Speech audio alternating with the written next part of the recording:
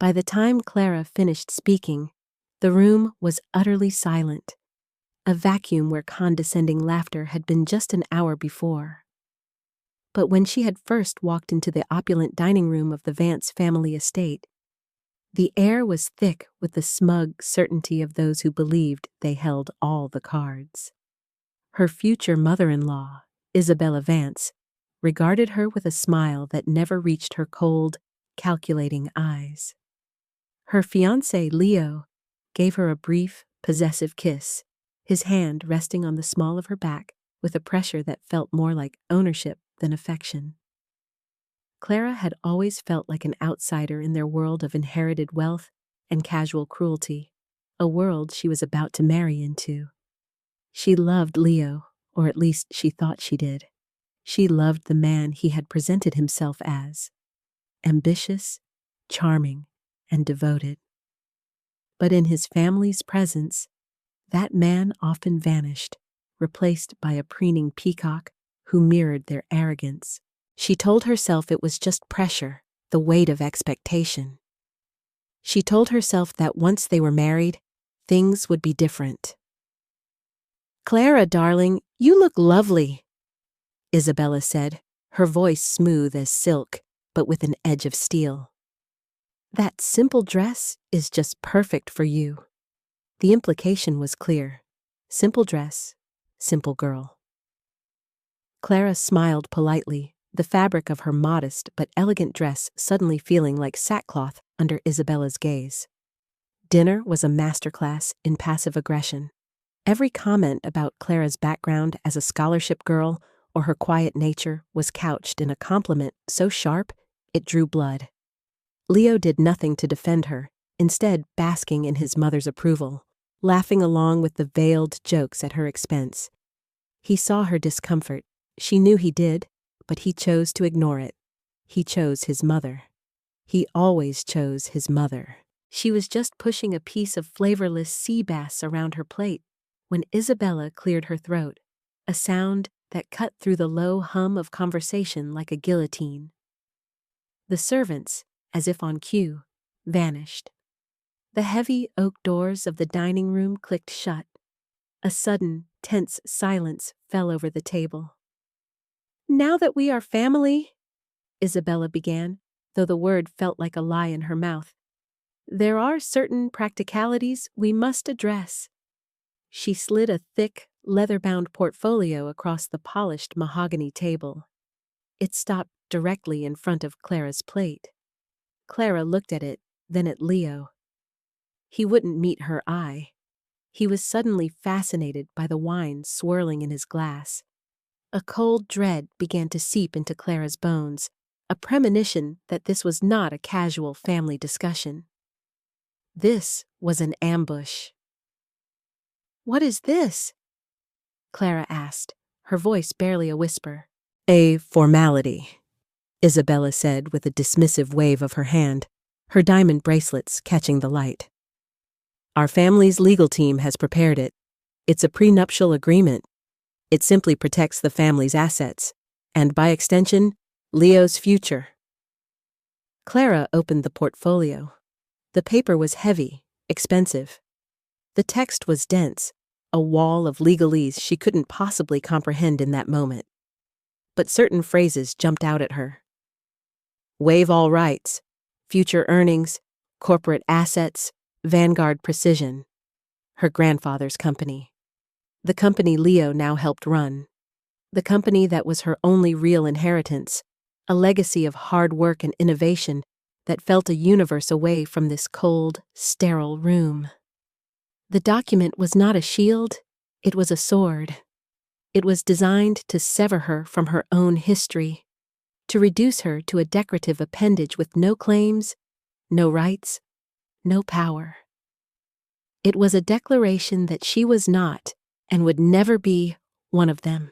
I don't understand," she stammered, looking at Leo, pleading with her eyes for him to intervene, to say this was all a misunderstanding, a mistake. He finally looked up, his expression a mixture of impatience and pity. "It's simple, darling. You sign it. We get married, Everyone is happy.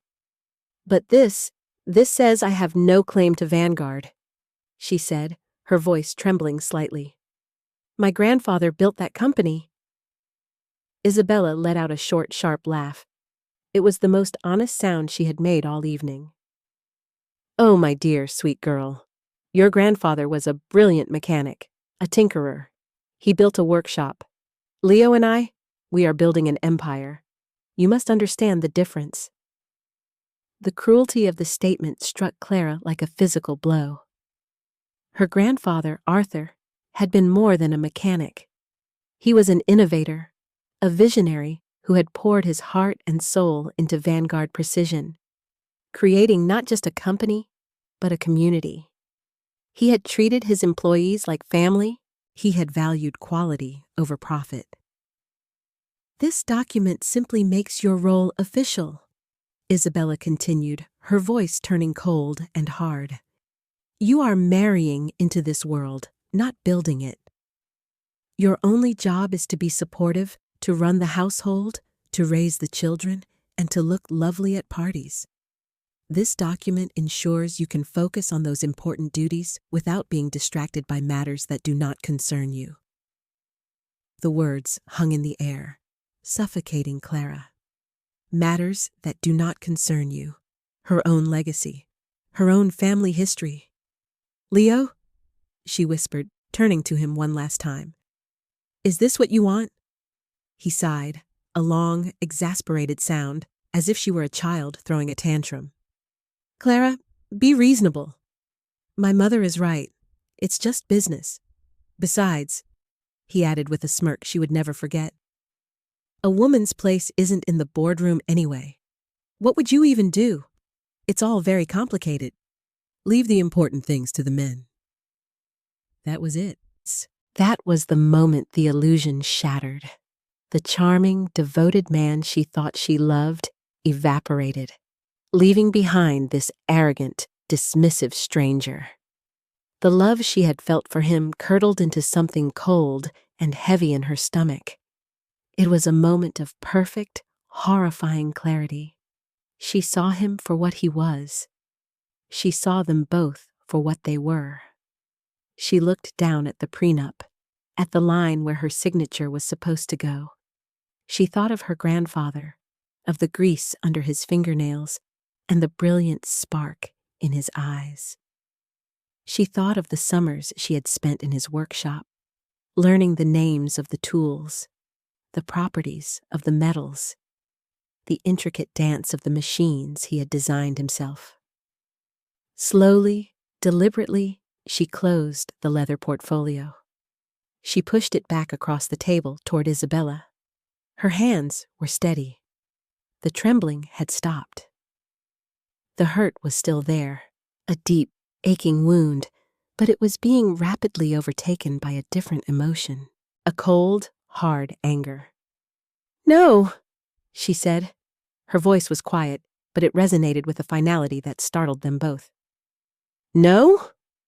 Isabella's eyebrows shot up. What do you mean, no? I mean, no, I will not be signing this, Clara said, her gaze fixed on Leo. And I will not be marrying a man who believes my only value is as a charming accessory. She stood up, her chair scraping softly against the floor. The movement was fluid, graceful, full of a resolve she hadn't known she possessed until that moment. You are making a terrible mistake, Leo snarled, his face twisting in a mask of fury. The charming facade was gone completely. You are nothing without me. Without us. You'll be back in a week, begging. Don't count on it, Clara said. She turned and walked toward the heavy oak doors, each step feeling lighter than the last. She didn't look back. She didn't need to. She could feel their stunned, furious gazes on her back. She had walked into that room a guest, a petitioner, a lamb being led to the slaughter. She was walking out as something else entirely. She didn't know what yet, but she knew one thing for certain. They had made a terrible mistake. They had underestimated her, and they would live to regret it. The fight for her grandfather's company, for her own legacy, had just begun. The drive back to her small apartment was a blur of tears and rain-streaked headlights. The cold anger that had sustained her in the dining room had dissolved, leaving behind a raw, gaping wound of betrayal. She had loved Leo. She had trusted him.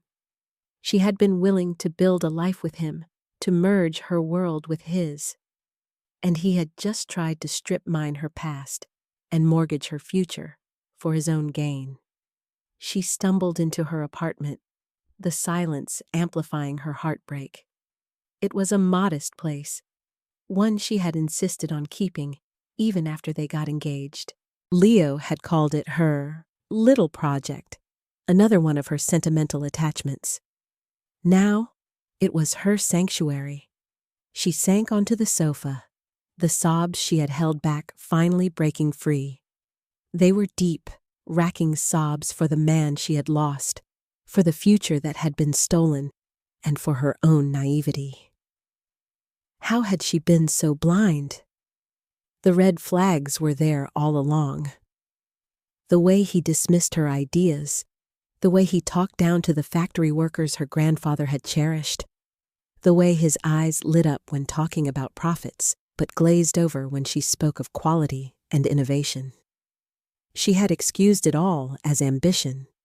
She saw now it was just greed. After the tears subsided, a numb quiet settled over her. She sat in the dark for what felt like hours, the city lights painting shifting patterns on her walls. Her mind kept replaying the scene at the dinner table, Isabella's cutting words, Leo's dismissive smirk. A woman's place isn't in the boardroom. The phrase echoed in her head, a taunt and a challenge. Her gaze drifted to a worn, leather-bound journal sitting on her bookshelf. It was her most prized possession, the last gift her grandfather Arthur had given her before he passed away. Its pages were filled with his spidery handwriting, his designs, his chemical formulas, his philosophies. It was the soul of Vanguard precision, bound in leather. She walked over and picked it up, the familiar weight of it a comfort in her hands. She ran her fingers over the embossed logo on the cover, a simple V intertwined with a gear. She opened it to a random page. Arthur's voice seemed to speak to her from the yellowed paper, his words a balm on her wounded spirit. "Quality is not an expense," he had written. "It is an investment. The moment you trade integrity for profit, you have already lost the only thing that matters." Leo and his mother were trading integrity for profit. They were gutting the company she loved, turning it into a hollow shell of its former self, all while preparing to write her out of its history completely. A new feeling began to displace the grief. It was a slow, burning ember of defiance. They thought she was nothing. A pretty face. A simple girl. They thought she would crumble, that she would come crawling back. They had no idea who they were dealing with. They saw the quiet, accommodating woman she had tried to be for Leo. They had never met Arthur's granddaughter. She spent that summer before her grandfather passed away, not at a beach or a summer camp like other teenagers, but in the hot, noisy, wonderful chaos of the Vanguard workshop. Arthur had been diagnosed, and he knew his time was limited. He said he had one last thing to teach her. He didn't put her in an office. He put her on the factory floor. She learned how to read schematics, how to calibrate a lathe, how to test the tensile strength of a new alloy. She learned the names of the machinists who had worked there for 30 years, men who respected her not because she was the boss's granddaughter, but because she wasn't afraid to get her hands dirty. Her grandfather would sit with her in his small, cluttered office at the end of the day, the smell of machine oil and hot metal clinging to them both. He would open his journal and explain his latest ideas, his dreams for the future. "See this, Clara?" he'd say, pointing to a complex chemical equation. "This is our new alloy. It's lighter, stronger, more resistant to heat than anything on the market. But the real magic isn't the formula. It's the process. It's the people. It's the care we take at every single step. That's the Vanguard way. Don't you ever let anyone tell you different." He had seen a spark in her, a quickness of mind, an intuitive understanding of the complex systems he had designed. "You have the gift, kiddo," he'd told her, his voice thick with emotion. "You see the whole machine, not just the individual parts, like me." On his last day, he had pressed the journal into her hands. "This is the real company, Clara. Not the building, not the stock price. It's all in here. My work, my legacy. Now it's yours. Protect it." And she had. She had protected it by keeping it safe. She had never shown it to Leo. She had wanted him to love her for her, not for the secrets she held. What a fool she had been. Her silence had been misinterpreted as ignorance. Her humility had been mistaken for weakness. Clutching the journal to her chest, Clara walked over to her laptop. Her fingers flew across the keyboard. She didn't know exactly what she was going to do yet, but she knew the first step. She needed an ally. She needed someone who saw the world in the same sharp, unforgiving detail that Isabella and Leo did, but who was on her side. She typed out an email to her best friend from college, Eleanor Vance. No relation to Leo, a fact that had always been a source of amusement for them. Eleanor was a brilliant, sharp-tongued lawyer who had clawed her way up to a junior partnership at a top corporate law firm in New York. She had always been suspicious of Leo, calling him too smooth and all shine, no substance. The subject line was simple: emergency.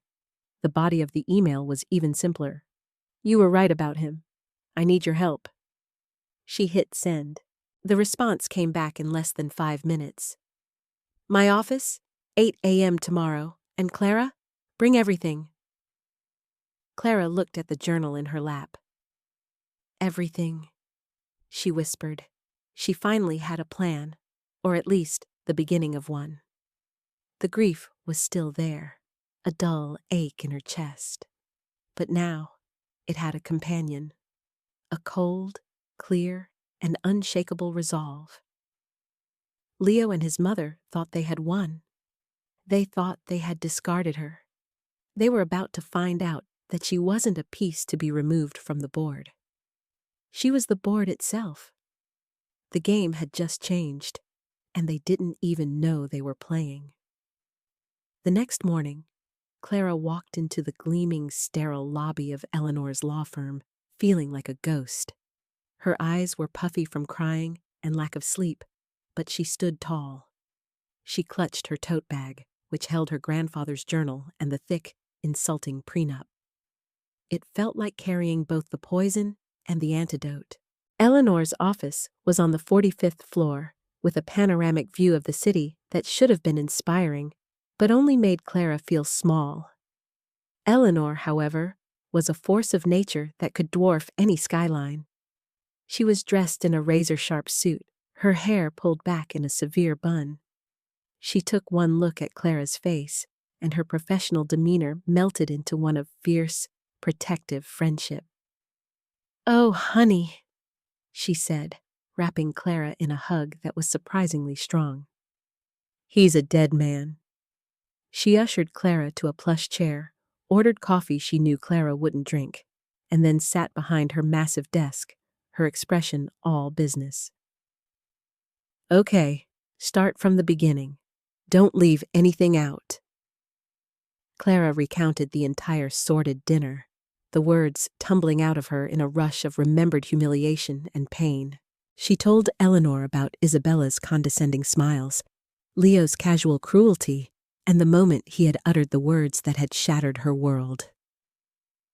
"A woman's place isn't in the boardroom." Eleanor's expression grew colder with each word.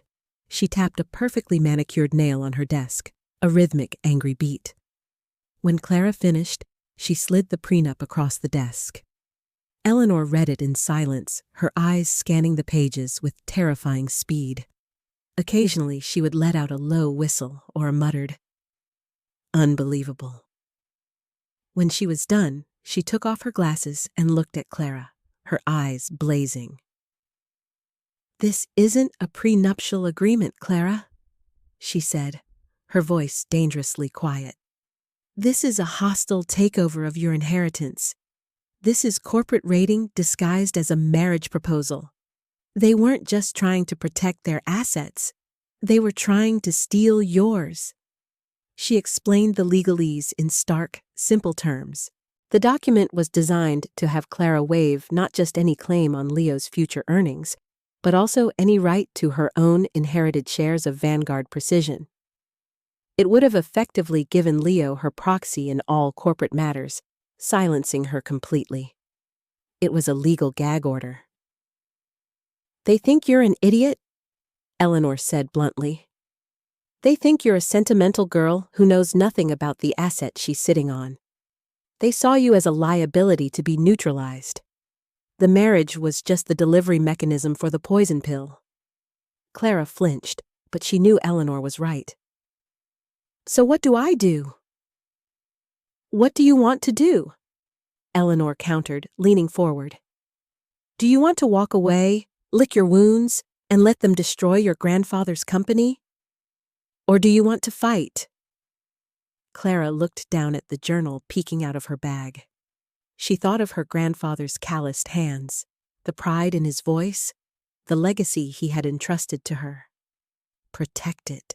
"I want to fight," Clara said, the words tasting of iron and resolve. "I want to save my grandfather's company. I want to take it back from them." A slow, predatory smile spread across Eleanor's face. "Good. That's the answer I was looking for. Because I've been doing some preliminary digging since you emailed me last night." Eleanor swiveled her monitor around. It was filled with charts, graphs, and news articles about Vanguard Precision. "On the surface, everything looks great," Eleanor said, pointing to a rising stock chart. "Profits are up. The share price has doubled in the last 2 years, right around the time Leo was promoted to COO. He's being hailed as a boy genius, the man who modernized the dusty old company." Clara's heart sank. "So he's actually doing a good job?" "No," Eleanor said, her smile widening. "He's a magician, all smoke and mirrors. Look closer." She clicked a few keys, and a new set of documents appeared. Financial statements, quarterly reports, footnotes in tiny print. "He's boosted profits by cutting everything that made Vanguard great. He slashed the R&D budget by 70%. He outsourced production of key components to the cheapest bidders in Southeast Asia, compromising quality. He sold off 3 of the company's patents for a quick cash infusion." "He's not building an empire, Clara. He's stripping the company for parts and selling it for scrap. The rising stock price is a sugar high. The company is rotting from the inside out." The news hit Clara like a punch to the gut. It was worse than she had imagined. Leo wasn't just ignoring her grandfather's principles, he was actively desecrating them. "But the board, the shareholders, don't they see this?" Clara asked, bewildered. "The board is stacked with his mother's cronies," Eleanor explained. "And the shareholders just see the rising stock price. They don't care how he's doing it as long as the numbers go up. He's playing a short game, Clara. He's planning to pump up the value, sell the company to a competitor who will dissolve it, and walk away with a massive golden parachute before the whole thing collapses. He's going to destroy it," Clara whispered in horror. "He's going to erase everything my grandfather built." "Not if we stop him," Eleanor said, her eyes gleaming. "You said you have your grandfather's journal?" Clara nodded, pulling the worn leather book from her bag and placing it on the desk. It looked ancient and out of place in the ultra-modern office. Eleanor treated it with a reverence that surprised Clara. She put on a pair of white gloves before carefully opening it. She spent the next hour poring over the pages, her legal mind connecting dots Clara had never even seen. "This is it," Eleanor breathed, pointing to a section of handwritten notes.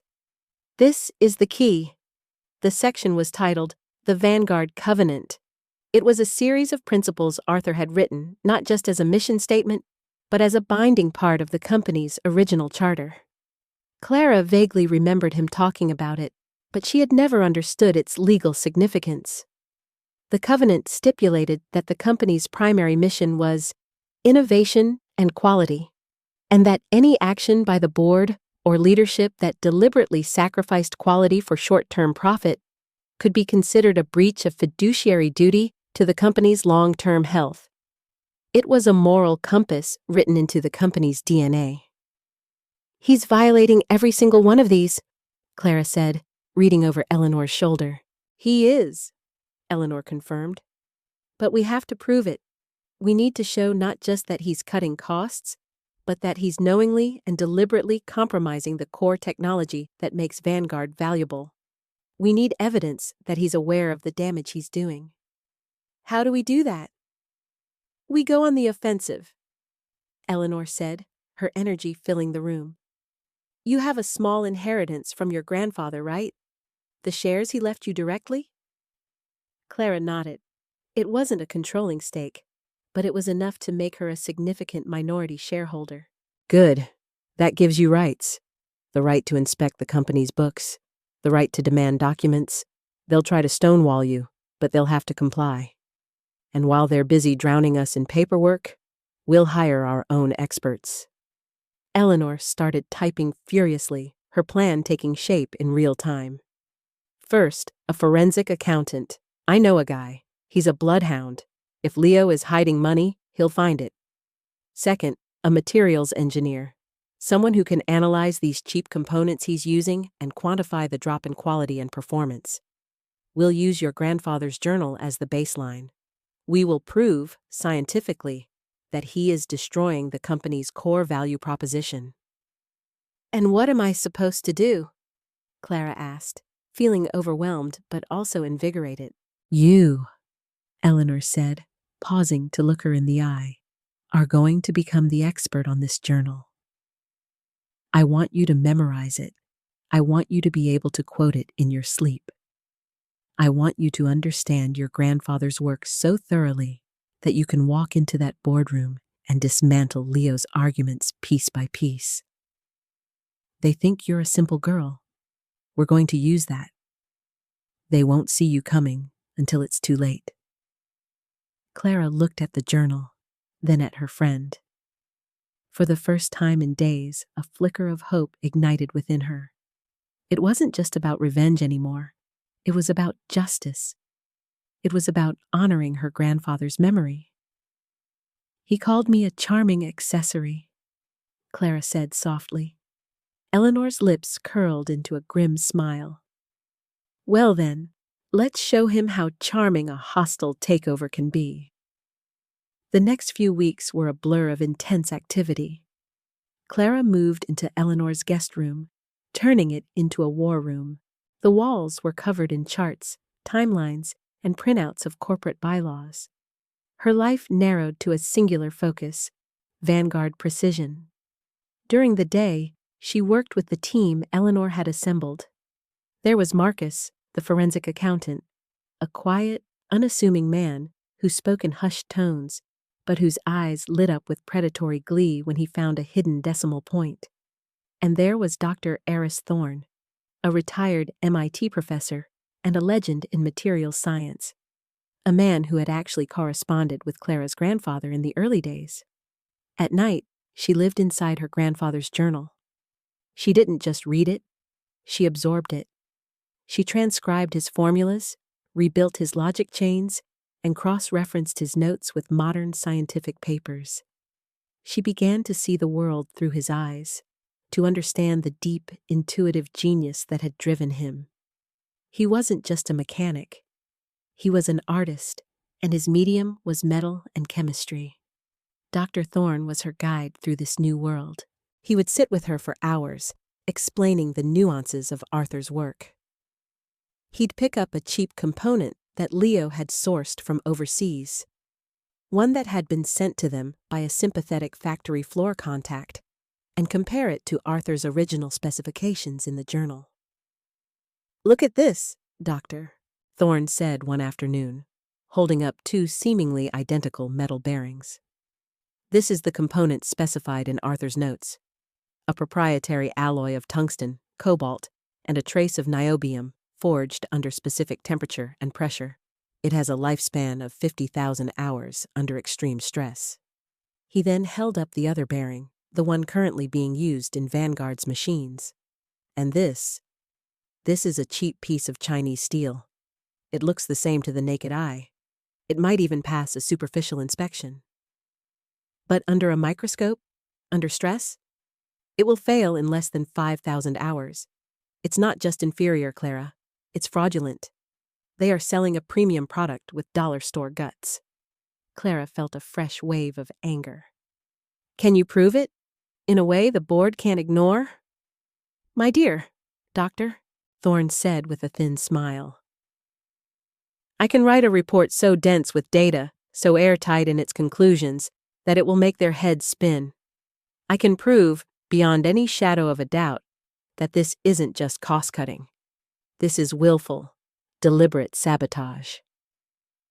Meanwhile, Marcus the accountant was having a field day.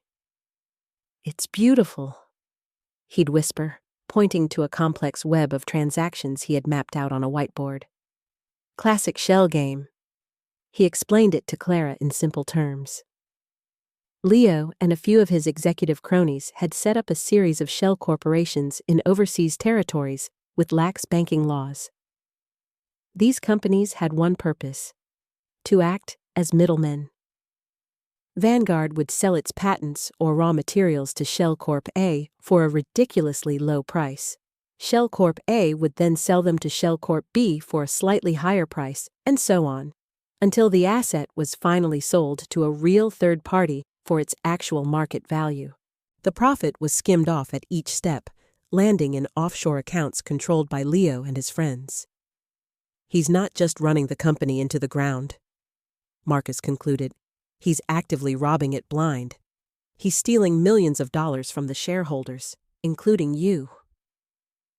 The pieces were all falling into place. They had the motive, greed, the method, corporate sabotage and fraud, and the evidence. But Eleanor warned her that it wasn't enough. "A boardroom isn't a court of law," she said one night as they were ordering their third pizza of the week. "Facts are only as powerful as the story you wrap them in. Leo is a master storyteller. He tells a story of modernization and profit. We need a better story, a story of legacy, betrayal, and redemption." Clara knew what she had to do. The final piece of the puzzle wasn't in a financial report or a scientific analysis. It was on the factory floor. Using her status as a shareholder and Arthur's granddaughter, she requested a tour of the main Vanguard plant. Leo couldn't refuse without raising suspicion, but he made sure to assign his smarmiest VP of operations to be her minder. The man, a slick sycophant named Henderson, treated her like a visiting dignitary's wife, pointing out the impressive new automated systems and rattling off meaningless productivity statistics. Clara smiled politely and nodded, but her eyes were searching for something else. She was looking for the old guard, the men and women who had worked with her grandfather. She found them in a neglected corner of the plant, relegated to maintaining the older, less efficient machinery. Their faces were grim, their movements weary. They looked like soldiers of a defeated army. Clara excused herself from Henderson, saying she needed a moment. She walked over to a grizzled old machinist named Frank, a man she remembered from her childhood summers. He had been the one to teach her how to use a micrometer. "Frank?" she said softly.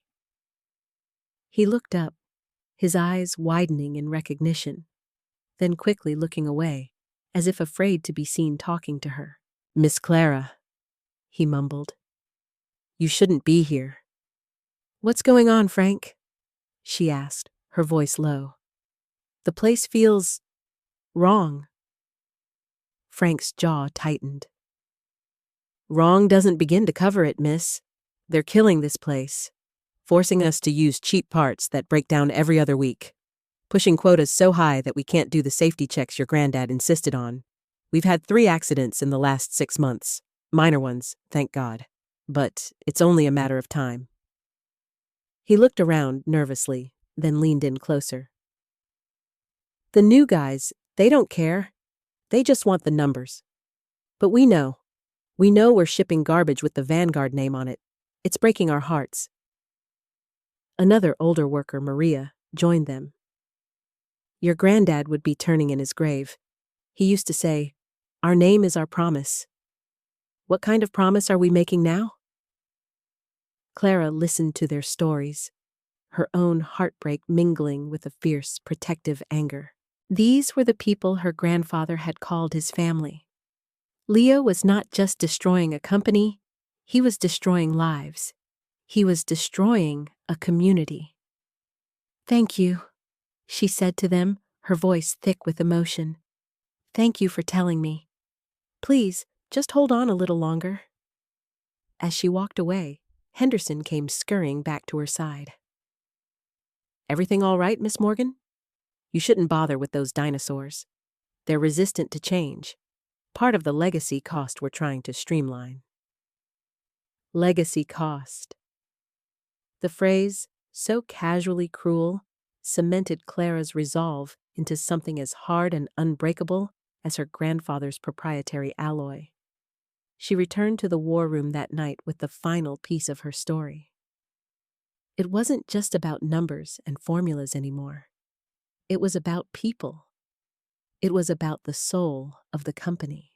"They've called a special board meeting," Eleanor told her, her expression grim. "In 2 weeks. The agenda is a single item, a proposal for the strategic realignment and sale of non-essential assets." "That's it," Clara said. "That's the plan to sell off the patents." "Yes," Eleanor confirmed. "This is his endgame. He's going to present his case, get his cronies on the board to approve it, and the company will be effectively dismantled within 6 months. "Then that's our stage," Clara said, a strange calm settling over her. "He thinks he's writing the final act, but he's just setting the scene for us." She looked at the wall, at the web of fraud, the scientific reports, the stories of the factory workers. It was a mountain of evidence, a testament to Leo's greed and her own relentless pursuit of the truth. "He invited me to the dinner where he tried to ruin me," Clara said, a cold smile touching her lips for the first time. "It's only fitting that I attend the meeting where I return the favor." The days leading up to the board meeting were the calm before the storm. Clara retreated into herself, fine-tuning her presentation, memorizing key facts and figures, and preparing for every possible question and attack. She and Eleanor role-played the meeting over and over, with Eleanor playing the part of a hostile, dismissive Leo. "This is sentimental nonsense! We're running a business, not a museum!" Eleanor would shout, mimicking Leo's arrogant tone.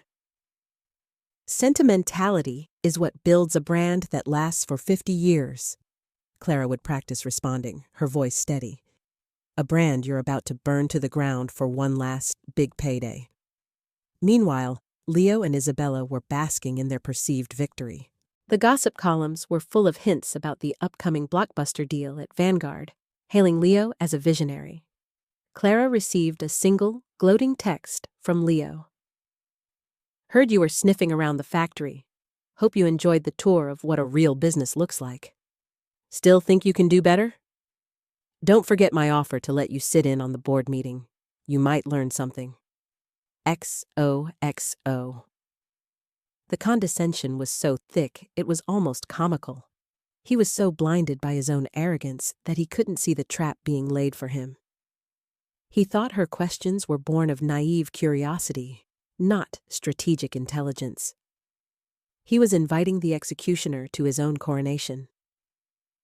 "Let him," Clara had said to Eleanor, deleting the text. "Let him think he's in control.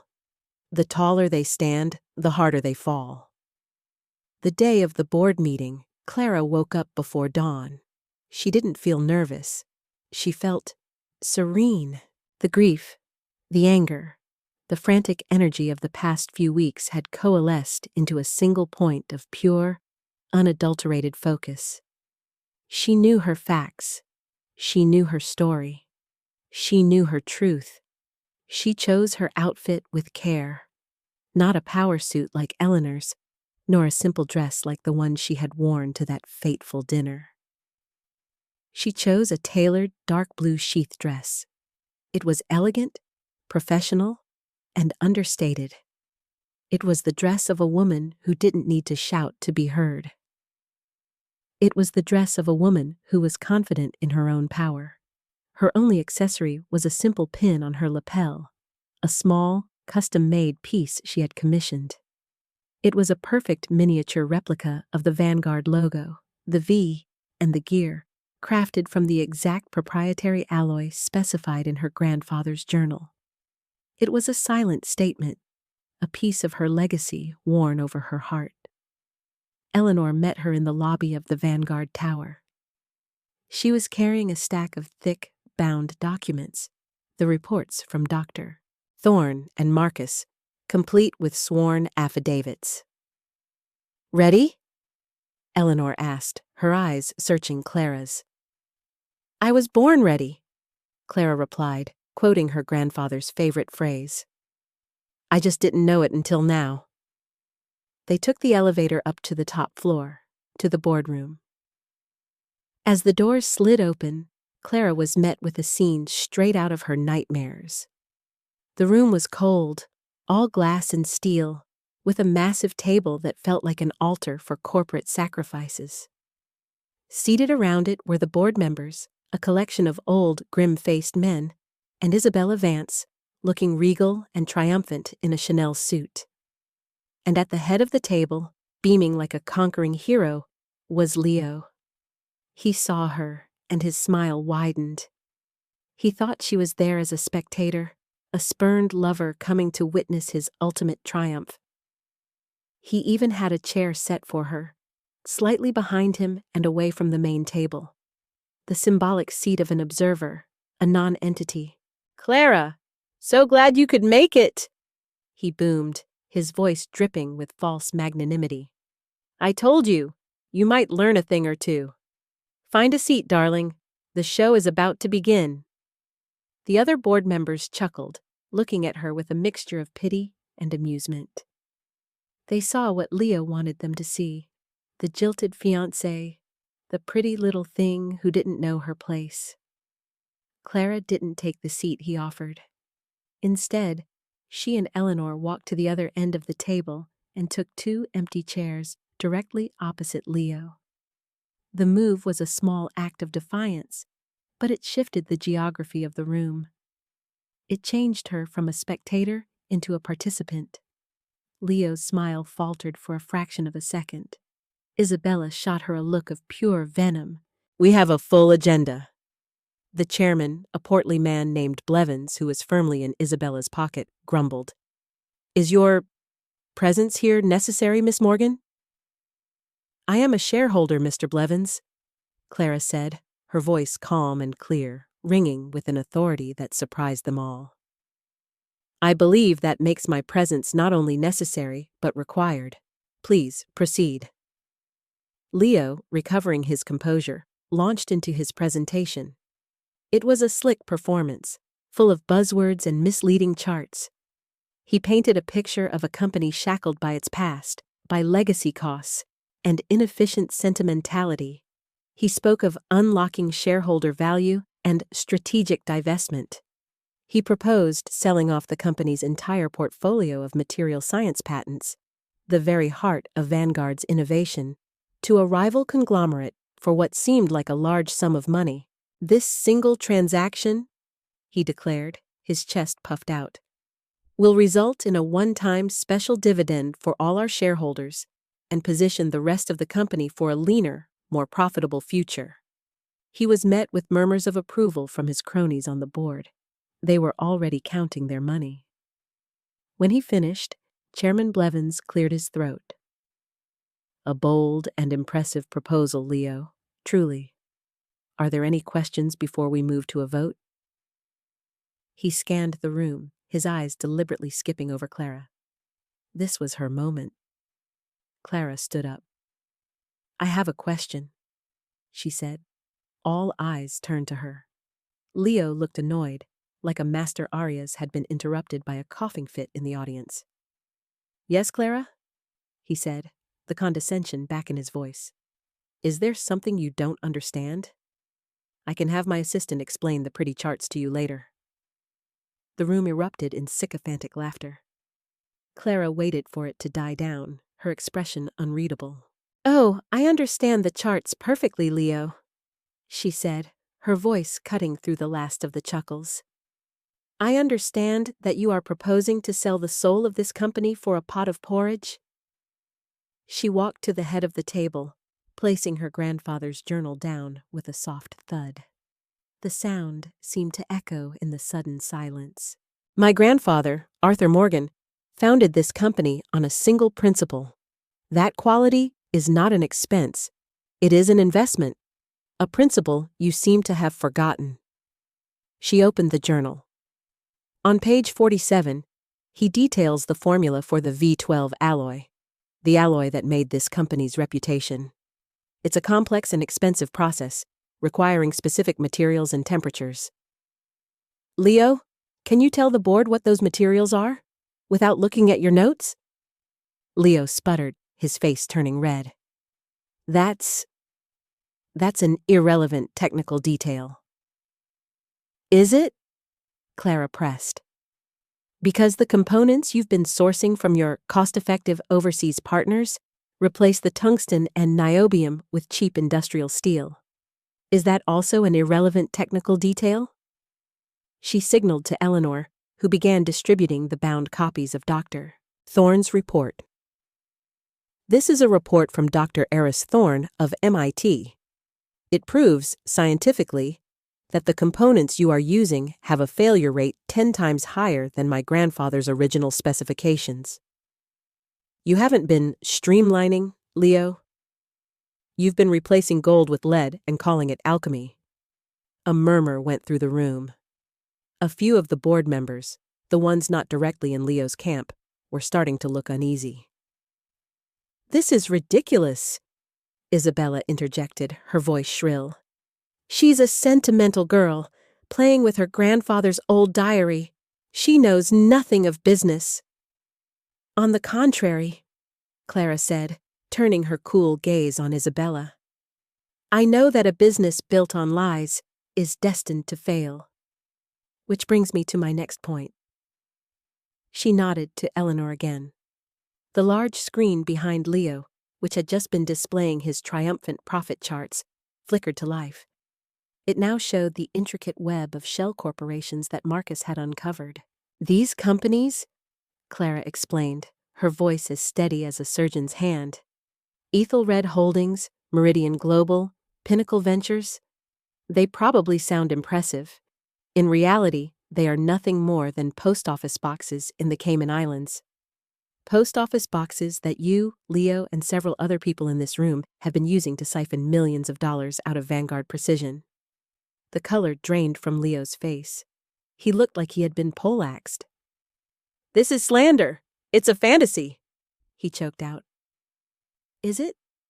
Clara asked softly. She pointed to a series of transactions on the screen. On May 12th, Vanguard sold the patent for the V9 cooling system to Ethelred Holdings for $100,000. 2 weeks later, Ethelred Holdings sold the same patent to a competitor for $5 million. The $4.9 million difference was then funneled through these other companies and ended up in a series of numbered accounts. Accounts that our forensic accountant, a copy of whose report you now have, has painstakingly traced back to you, Mr. Henderson, Mr. Blevins, and you, Leo. The room was in chaos. Blevins was sweating profusely, dabbing his forehead with a silk handkerchief. Henderson looked like he was going to be sick. Leo, however, rallied with a final, desperate burst of fury. "She's lying!" he roared, slamming his fist on the table. "This is the revenge of a scorned woman! You can't possibly believe this! This girl! She has no place here! I told you, a woman can't run this company! She doesn't have what it takes!" It was his last fatal mistake. He had brought it full circle, back to the insult that had started it all. Clara looked him dead in the eye. The entire room was silent, waiting for her response. "You're right, Leo," she said, her voice quiet but carrying to every corner of the room. "A woman can't run this company the way you do. A woman wouldn't.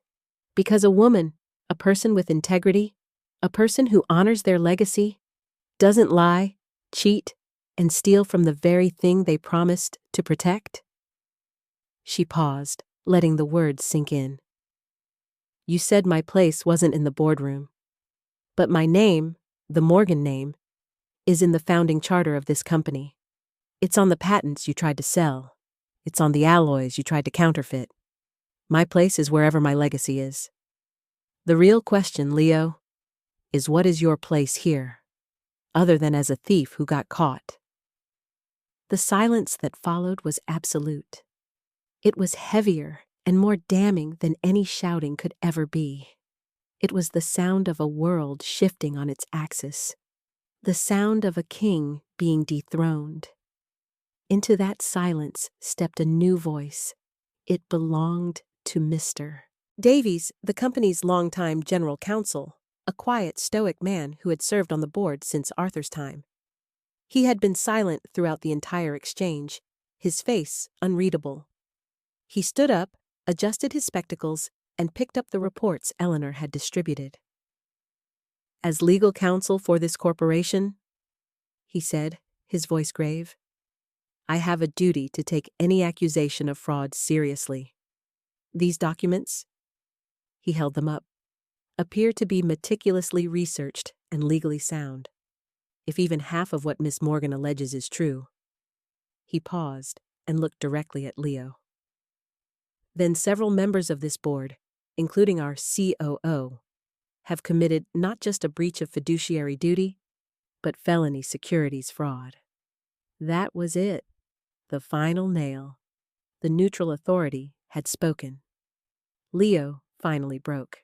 He lunged across the table, not at Clara, but at the documents in Davies' hands, a wild, desperate attempt to destroy the evidence. "It's all lies! Lies!"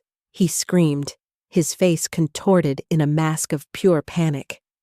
But before he could reach them, two uniformed security guards, who had been quietly summoned by Eleanor on her phone, stepped into the room. They intercepted Leo, each taking an arm in a firm, practiced grip. The fight went out of him instantly. He sagged between them, a puppet with its strings cut. His reign was over. The boardroom, his stage of triumph, had become his prison. Isabella let out a strangled gasp, a sound of utter defeat. The other implicated board members were frozen in their seats, their faces ashen. The ones who were clean were looking at Clara with a newfound, terrified respect. Clara stood tall amidst the wreckage of Leo's ambition. She hadn't raised her voice. She hadn't screamed or cried. She had simply spoken the truth, armed with the knowledge her grandfather had given her. She looked at the pin on her lapel, the tiny, perfect replica of the Vanguard logo. Her grandfather had told her to protect his legacy, and she had. She had saved it from the barbarians at the gate. As the security guards led a now sobbing Leo out of the room, Mr. Davies turned to Clara. "The board is in disarray, Miss Morgan," he said, his voice heavy. "The company is without a leader. According to the original bylaws, in the event of a crisis of leadership, control reverts to the founder or their designated heir, pending a formal vote." He looked at her, a glimmer of hope in his old eyes. The company needs a Morgan at the helm. It needs you. Clara looked around the shattered boardroom, at the terrified faces, at the legacy she had just reclaimed. This wasn't just a victory. It was a beginning. "All right, Mr. Davies," she said, her voice steady and sure. "Let's get to work." The immediate aftermath of the boardroom showdown was a controlled explosion. As Leo, Blevins, and Henderson were being questioned by authorities summoned by Mr. Davies, Clara took charge. There was no sense of giddy triumph, only the grim, focused energy of a field surgeon at a triage station. The remaining board members, a mix of the terrified and the opportunistic, looked to her for direction. They had witnessed the complete demolition of the old power structure and were now staring at the woman who held the hammer. "Mr. Davies," Clara said, her voice cutting through the stunned silence. "Please call an emergency all-hands meeting for tomorrow morning, via video link to all plants and offices. I want every employee to hear it from me directly." Next, she turned to the remaining untainted executives. "I want a full, immediate halt on all shipments. Nothing with the Vanguard name leaves any factory until I say so. I want a complete audit of all current inventory against Dr. Thorne's quality specifications. Anything that doesn't meet my grandfather's standards gets melted down. I don't care what it costs." The financial controller, a nervous man who had stayed out of Leo's schemes, blanched. "Miss Morgan, that could cost us millions in lost revenue. We'll miss our quarterly projections." "I am not interested in quarterly projections," Clara stated, her voice leaving no room for argument. "I am interested in rebuilding a 50-year reputation that Leo almost destroyed in 2. We are not selling products anymore. We are selling a promise. And for the last 2 years, we have been lying. The lies stop now." The clarity and decisiveness of her commands were stunning. There was no hesitation, no doubt. She wasn't playing the part of a CEO, she was one. She was channeling decades of her grandfather's wisdom, filtered through her own sharp, modern intellect. That night, she didn't go back to Eleanor's guest room. She went to her grandfather's old office at the main plant, a space that Leo had preserved as a kind of ironic museum piece. It had been kept clean, but was unused, a dusty testament to a past he was trying to erase. Clara walked in and switched on the old desk lamp. The room smelled of old paper, leather, and faint, lingering traces of machine oil. It smelled like home. She sat in his old, worn leather chair, the one with the crack in the armrest she had traced as a child. She ran her hand over the solid oak desk, its surface covered in nicks and scratches, each one a memory. She was exhausted, but it was a clean, productive exhaustion. The kind that comes after a day of hard, meaningful work. The emotional wounds were still there, but they were no longer the focus of her existence. They were just part of the story now, the painful first chapter of a much longer book. She pulled the journal from her bag. It felt different now. Not just a book of memories, but a manual of operations, a constitution. She flipped to the last few pages, a section she hadn't paid much attention to before. It was a letter, written in her grandfather's familiar script, addressed simply to Clara. "My dearest girl," it began. "If you are reading this in my old chair, it likely means one of 2 things. Either you've come to visit an old ghost, or the ghosts have come to visit you. I suspect the latter. I have seen the way men like Leo Vance look at things of value. They don't see the beauty of the machine. They only see a pile of parts to be sold." Clara's breath caught in her throat. He had known. He had seen the seeds of this conflict long before she ever had. "I am leaving you my shares, my journal, and my name," the letter continued. "These are your tools. But the most important tool you have is your own mind, your own heart. People will tell you that sentiment has no place in business. They are wrong. Sentiment, the love for your work, the respect for your people, the pride in your name, is the engine of all great enterprises. Profit is just the exhaust. Necessary, but not the point of the journey. You may find yourself in a position of power. It will be lonely. You will be tested. People you thought were your friends will reveal themselves. Remember this: a leader's first duty is to the truth. Speak it, even when your voice shakes. Defend it, even when you stand alone. Your integrity is the only asset that no one can take from you. Protect my people, Clara. They are the real vanguard. And protect my company. It is your birthright. You have the gift. Kiddo, you see the whole machine. Now go and fix it. I love you. Grandpa. Tears streamed down Clara's face, but they were not tears of sadness. They were tears of gratitude, of connection, of profound, overwhelming love. He had given her a roadmap, a blessing, and a final, loving push. The next morning, standing on a makeshift stage in the middle of the main factory floor, Clara faced her employees. Her image was being broadcast to every corner of the global vanguard operation. The mood was tense, uncertain. Rumors had been flying all night. She looked out at the sea of faces, Frank, Maria, and hundreds of others, their expressions a mixture of fear and hope. She didn't use a teleprompter. She didn't use notes. She spoke from the heart, her voice amplified by a simple microphone, echoing through the vast space. "My name is Clara Morgan," she began. "My grandfather, Arthur Morgan, built this company with his bare hands, right here on this floor. He built it on a promise of quality, a promise of integrity, a promise to you, the people who are the lifeblood of this company. For the past few years, we have broken that promise. Leadership, including myself by my silence, has allowed greed to replace pride. We have cut corners. We have compromised our standards. We have shipped products that are not worthy of the Vanguard name. That ends today." She laid out her plan with stark clarity. The recall of all substandard products, the immediate reinvestment of $10 million into the R&D budget, the restoration of the old quality control protocols. "This will be expensive," she admitted. "In the short term, our profits will suffer. The stock market will likely punish us. Pundits will say we are foolish.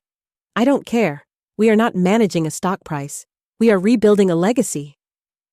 Then she delivered the line that would become company legend. "As of this moment, every single one of you is deputized as a guardian of our quality. If you see a component that is not up to standard, you have my personal authority to pull the line. If you have an idea to make our products better, my door is open. We are going back to the Vanguard way, the Arthur Morgan way." She ended by announcing an immediate company-wide bonus paid for by clawing back the illicit funds from Leo's frozen accounts. "This is not a gift," she said. "This is a down payment on the future we are going to build together." When she finished, there was a moment of stunned silence. Then, a single person began to clap.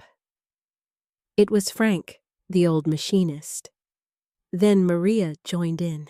And then, the entire factory floor erupted in a deafening roar of applause and cheers. It was more than approval. It was a catharsis.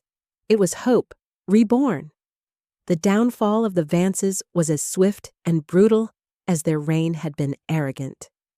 With the evidence Clara had provided, the federal prosecutor had an open and shut case. Leo, Blevins, and Henderson, facing decades in prison, turned on each other like cornered rats, each trying to secure a better deal by selling out the others. The trial was a media circus. Leo's defense tried to paint Clara as a vindictive, scorned woman, a hysterical female out for revenge. It was a disastrous strategy. On the stand, Clara was the epitome of calm, collected competence. She laid out the facts, the numbers, the science, her testimony so precise and devastating that the defense's narrative collapsed under the weight of her credibility. In a moment of karmic justice, the prosecutor used Clara's own callback line in his closing argument. Leo Vance told Miss Morgan her place wasn't in the boardroom, and he was right. Her place is in the CEO's office. His place, based on the mountain of evidence we have presented, is in a federal penitentiary. Leo was sentenced to 10 years for securities fraud and embezzlement. Blevins and Henderson got lesser sentences for their cooperation. Isabella Vance was not charged criminally, but her punishment was, in its own way, more complete. Her name was mud in the social circles she cherished. Her friends abandoned her. The banks called in the loans she had personally guaranteed for Leo's lavish lifestyle. She was forced to sell the grand estate, the scene of Clara's initial humiliation, at a fire sale auction. The last Clara heard, Isabella was living in a small, rented condo in Florida, her empire of snobbery reduced to a bitter, lonely exile.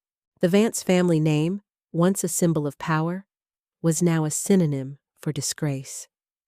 As a final, quiet act of power, Clara did one thing that showed the difference between her and them.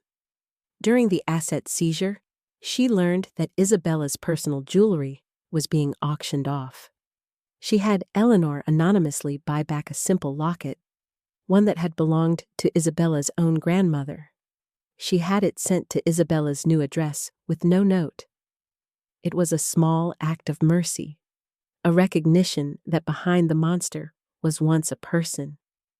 It was an act of compassion that Isabella would never understand, and that Clara needed to do for herself. It was the difference between justice and revenge. Clara had wanted justice, and now that it was served, she was ready to move on. 1 year after the boardroom showdown, Vanguard Precision was a different company. It was leaner, but not in the way Leo had intended. It was stronger, more focused, more innovative.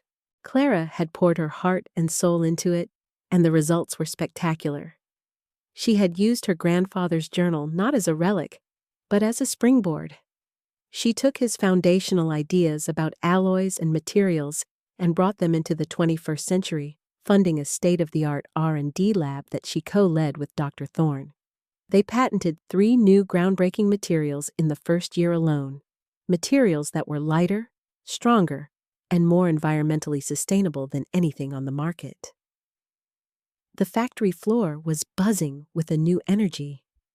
The dinosaurs Leo had wanted to get rid of were now leading training programs, passing on their decades of experience to a new generation of workers.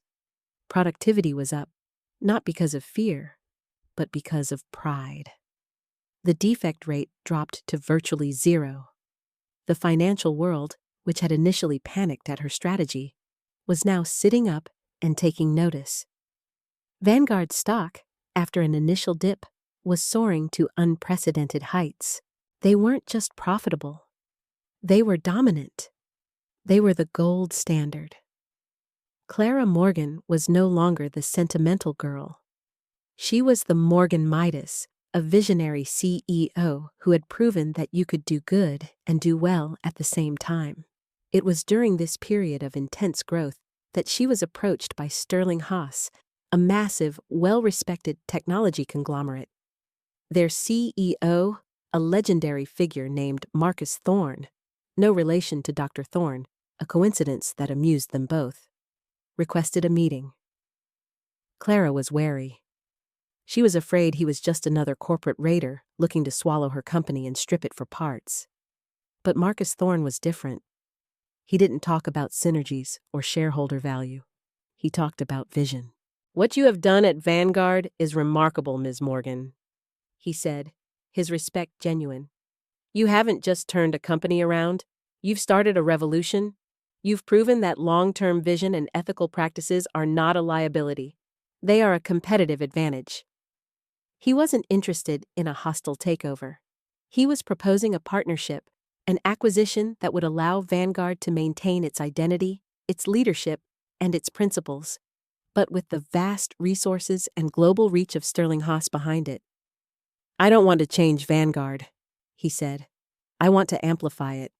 I want to give you a global stage for your revolution. Clara spent weeks negotiating the deal, with Eleanor by her side. She was ruthless in her demands. Vanguard's name would remain. Its headquarters would not be moved. There would be no layoffs. The R&D budget would be guaranteed for the next 10 years. The employee profit-sharing program she had instituted would be expanded. To her surprise, Thorne agreed to every point. The final acquisition price was a staggering $200 million, a figure that made headlines around the world.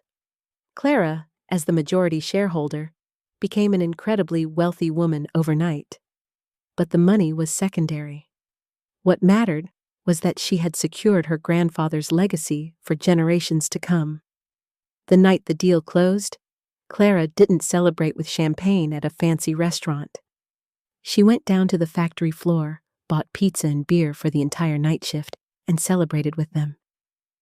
She saw Frank and Maria, their faces beaming with pride, and knew she had made the right choice. Life settled into a new, unfamiliar rhythm. Clara was still the CEO of Vanguard, but she now had the resources to dream bigger.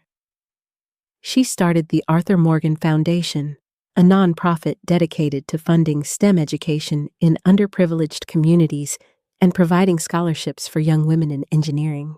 She was finally living the life she was always meant to live, a life of purpose and impact. There was only one thing missing. Her personal life had been a casualty of the war. She had poured all her energy into the company, leaving no room for anything or anyone else. She wasn't unhappy, but she was lonely.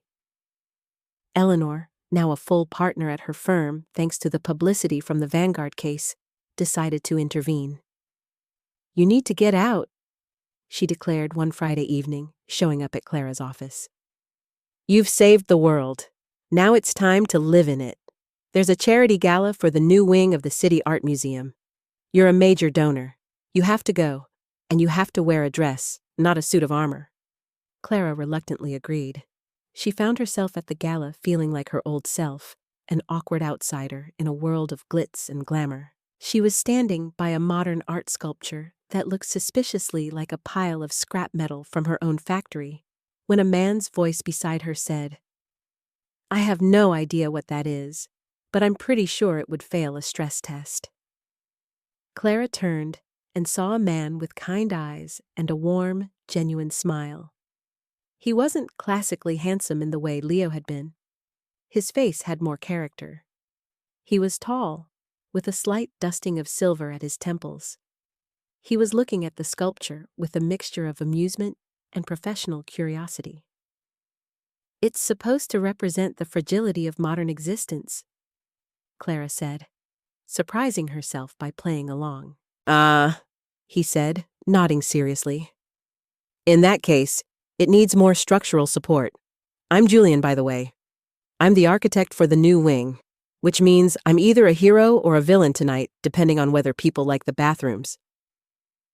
Clara laughed, a real, unforced laugh that felt like a rusty hinge swinging open. "I'm Clara, and I haven't checked the bathrooms yet, so you're safe for now." They talked for the rest of the evening. He didn't know who she was. The name Clara Morgan meant nothing to him. He was fascinated by her mind, her passion for design and materials, her sharp wit. He talked about his own work, about creating spaces that were both beautiful and functional, about the poetry of a well-designed building. It was only at the end of the night, when the museum's chairman came over to gushingly thank Ms. Morgan for her transformative donation, that Julian put the pieces together. He looked at her, his eyes wide. Clara Morgan? The Clara Morgan? Of Vanguard? Clara braced herself for the change, for the deference, for the sudden awareness of her wealth and power. But Julian just shook his head and smiled. "Wow, I just spent 2 hours telling one of the most brilliant engineering minds in the country how to build a better bridge. I must have sounded like an idiot." "No," Clara said softly, a warmth spreading through her chest. "You sounded like yourself, and it was the most interesting conversation I've had in a very long time." He asked her out for coffee the next day, and then for dinner the day after that. It was slow, easy, and comfortable. He wasn't intimidated by her success. He was proud of it. He wasn't interested in her money. He was interested in her. He loved her for her strength, her integrity, and the quiet determination that he saw behind the powerful CEO facade. He loved her for being Clara. A year later, they were walking on a beach near the small, modern house Julian had designed for them. The sun was setting, painting the sky in hues of orange and purple. Clara was barefoot, the sand cool beneath her feet. She was holding Julian's hand, his warmth a steady, reassuring presence. She thought back to that cold, opulent dining room, to the feeling of humiliation and helplessness. She thought of the woman she had been, so desperate for approval, so willing to shrink herself to fit into someone else's world. It felt like a lifetime ago, a story about someone else. Leo was a faded memory, a cautionary tale. He had been released from prison early for good behavior and was last seen working a menial, under-the-table job, his arrogance replaced by the haunted look of a man who had lost everything. He was a ghost from a past she had long since transcended. Julian squeezed her hand, pulling her out of her reverie. "What are you thinking about?" he asked gently.